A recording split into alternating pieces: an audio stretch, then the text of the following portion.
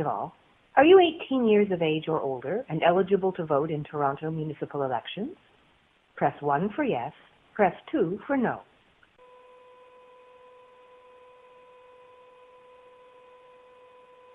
First of all,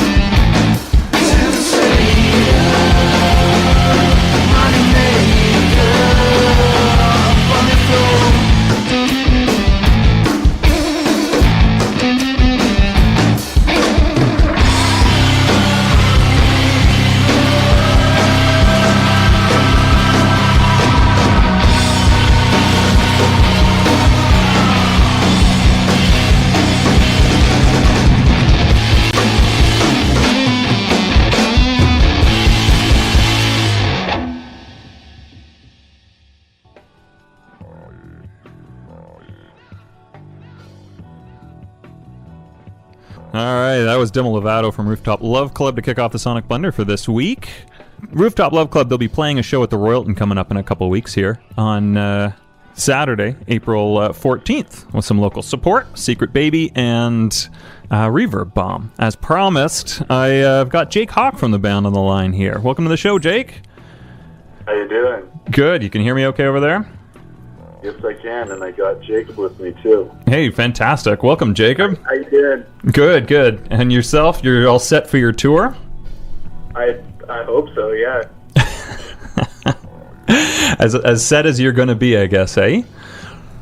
Yeah, I mean, it is the longest tour we've ever been on, so we're we have no idea how much we need to pack. Really, I think that's the issue we're running into right now. The practical concerns with doing a tour. Yeah, I mean, you need to find all the nearest laundry stops along the way, and just plan it out that way. Absolutely. So this is the longest tour. You're gone for, I think from your website I saw, about a month or so. You're heading all the way west and then quite a clip south. Yeah, I mean, it's we wanted to touch on the northern part of California. I've never really been there, so it's going to be nice to see some new cities and enjoy some sun for a change too. Yeah. A nice break from. I heard you guys are getting hit with some pretty rad weather down in southern Ontario, Toronto way. Hey. Yeah, I think it snowed yesterday. It did snow today. I was not thrilled, but we decided to live in Canada, so. There you go. Take the good with the bad. Yeah, that's it. Is there a place on the tour stop that you're exceptionally looking forward to hitting or playing? I mean, the thing is, there's so many because we've never been to any of them. I think we're pretty interested in seeing what sort of like BC is like, not sort of leading up to Vancouver. I hear it's very mountainous and there's nothing there except pure beauty. It's true. Yeah, I mean, like the bands we got in Vancouver are good, so I think that show's going to be really, really good. And then I think throughout our just kind of our sound kind of relates to the whole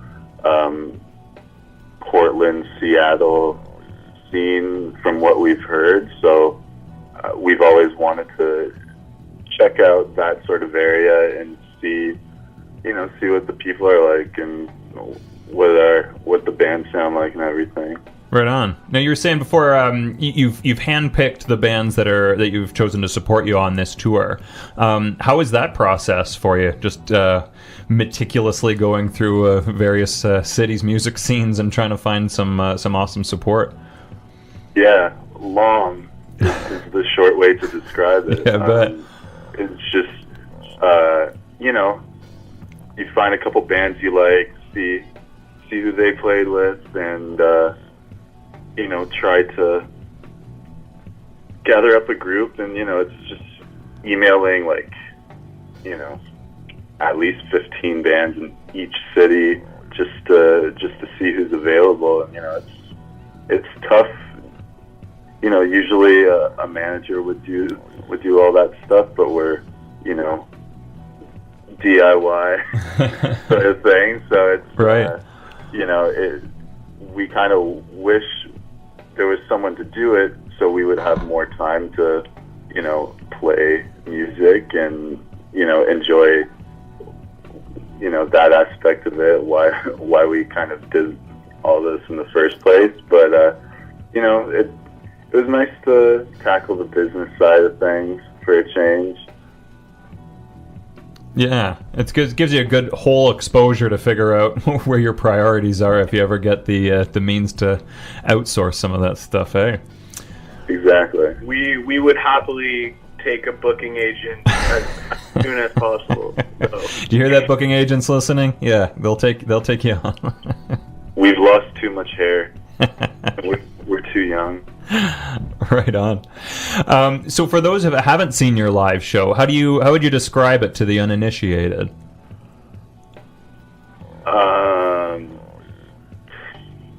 Bright. Nice. Loud. Nice. There's a lot of movement, I'd say. So I'm a little more frantic on the drums, whereas Jake has sort of larger, sort of powerful, giant-esque. It's sort of. I don't know. I feel like I move more like that giant monster robot in the Rugrats movie. That's like, actually a perfect description. Yeah. Sort of just it's about the big footsteps, less about smaller jumps. Right. Yeah. We just put out a live video on the YouTube, and it pretty much demonstrates our live performance, and we've got more from that session coming out pretty soon. So sweet. That pretty much delivers everything you could expect from our live show. Nice. That's rad. I'll have to check that out for sure. I'll put a link on the website, thesonicblender.com, and other people can check it out as well. You've got a really big sound for a two-piece band. Can you tell me a little bit of what goes into making such a big sound, just with a couple of guys? I mean, Jacob's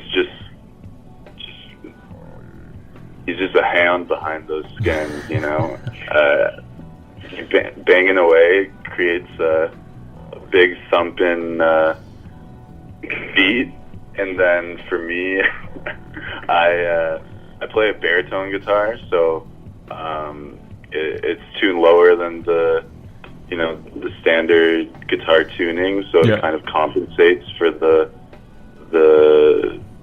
lack of bass, and you know, but doesn't kind of overcrowd with a bunch of people playing at once. So a lot of playing in unison, and it gets that punchy effect that we like. Right on. Now, have you played going back to the baritone guitar, have you played that for a long time, or is this kind of a newer kind of experiment with this project? It was actually an idea I had back when Jacob and I were starting. I mean, we knew each other from high school, and you know, had some jam bands with friends and everything. But then when we wanted to take music seriously, we decided to be a two-piece, and I wanted to do something different than just, you know, the standard guitar drum sort of thing. And so I had this idea to have a lower tuning to, you know, kind of spread out the sound. And so I went with the baritone, and you know, people started kind of recognizing it as, you know, I was just using standard overdrives, and everybody thought it was really fuzzed out. So I think it was just kind of like the low frequencies just blaring through those overdrives. And the results of it, I think, worked out pretty well. Yeah. We also, we also thought that it would separate us from the Black Keys or the White Stripes, because they just had a standard guitar. Yeah. But apparently not, but that's okay. Well, we accept it. They're a great band. There are some similarities, but you've definitely got your own spin to it. And hearing you talk, I mean, I think it does, with White Stripes, for example, does have a much brighter kind of overall sound, and probably coming from the lack of the low tones that the baritone offers. But it's also got, I was talking to somebody who brought up Queens of the Stone Age as another potential kind of influence there, with some of the rhythm play that you've got in there that really creates a really unique, like, rooted in kind of raw modern blues, or raw kind of classical blues, with a modern dirtiness to it. And I really appreciate that about the record, and each of the songs have their own sort of feel to them, and it's not just one style that's throughout the album. Each of the songs have their own unique bent to them. I think that's really great about it. Yeah, I mean, that's another band that got a heavy influence on our project, I'd say. Ironically, Jake was never a big fan.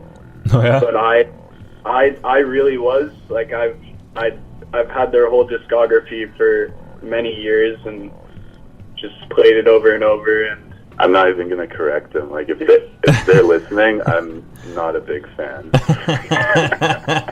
But I will acknowledge that Josh Homme and myself do have similar tendencies, even though, like, I never listened to him. So it's kind of weird that we just kind of, maybe we both listen to the same people. I probably secretly steered Jake in that direction. Because that's just what I wanted out of the music. Right on. So you guys have known each other since high school, so you've got seems like a pretty solid kind of relationship together, being able to kind of feed off each other, and just that connection that comes with the years of experience working and knowing each other really well. What came up, or you guys played in that, you were talking about a jam band you played in, was that together, or did you have separate projects and you just decided, hey, one of them fizzled out, let's do something together, or you've always played together, or how'd that come about? We were introduced to each other in high school by a mutual friend who played guitar and then had to switch over to bass when we started jamming. And then it was me, him, and Jacob, and we would play, some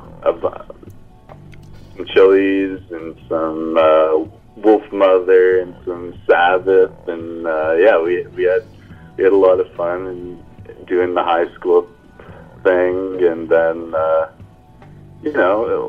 once you graduate from that and you're looking to take it seriously, that's when you weed out the casuals, and I think what Jake is trying to say is that our friend who introduced us to each other wanted to get a real job, and we wanted to play music professionally. And so you just kept going. We're not gonna let this lack of the third person slow us down. We're just gonna go at it. Yeah, I mean, it just felt right. We just played together, and I feel like it was sort of unintentional. We just kept jamming together, whether it be with 3 or 2, and then it was just 2, and then we kind of thought, hey, this is not too bad. Right on. Well, it really works. I think the simplicity of having the 2, but because you're both so talented at what you do, between the ripping guitar licks and the just thrashing drums, just sounds so good together. It just fills everything out. I don't know where a third person would fit in there, man. So it's like I say, it sounds rad sound.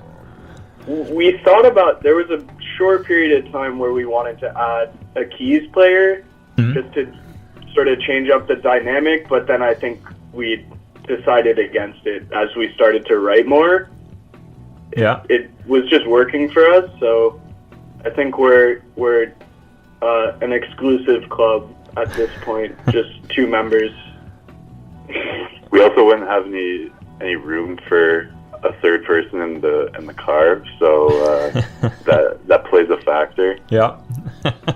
The overall expense of touring with 2 versus 3 or 4, yeah. Exactly. Right on. Now, can you tell me a little bit about the inspiration? This is your first full album. Kind of, I guess, leading up to this, there was an EP back in, I think, 2015 and a single in 2016. What were you trying to build off your previous releases in Jejune? Well, if you on the Jejune album, it includes every song from the Get Outside EP. So I mean, when we recorded Get Outside, we had no intention of releasing the songs. We just kind of, we did it because it was sounding good, and we had just written them, and it was exciting and whatnot. So they didn't sound great because we didn't really prepare for it in any way.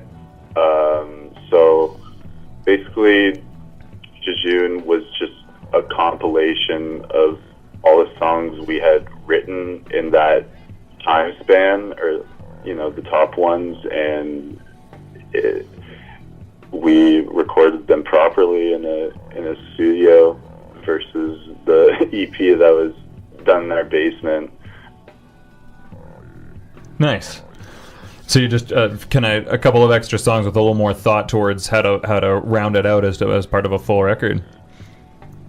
Yeah, I mean, the EP was done like first couple months of us playing, and then, you know, I think over the span of that year and a half or so, we had other songs, and then we were figuring out how we wanted to put out these other songs, if we wanted to do another EP in the basement or if we wanted to do a full length, and we decided that the songs on the EP were good enough to be on the full length album. So I think we wanted to, since they weren't recorded well the first time, we wanted to see them as best they could be and really deliver the sound that we were going for originally. So we decided to redo them in the studio. Just build off the experience of, you know, your first ditch recording to get them right, just the way you envisioned them, I guess, originally. Exactly. Right on. So I want to wrap up playing a couple of the tracks to give people a good idea of the sound, what they can hear on the 14th of April for your show down at the Royalton. Do you have a favorite song to play live? Favorite song to play live? Popsicle Cover Up is, I think that's your favorite song to play live, Jacob? Yeah, I would say so. Mine, I mean, yeah, I like playing Oscillate. We have some surprises for our Canadian shows. We pulled out a homegrown cover, and we're excited to play it. Nice. We really love that song, so it's going to be nice to play it for everyone.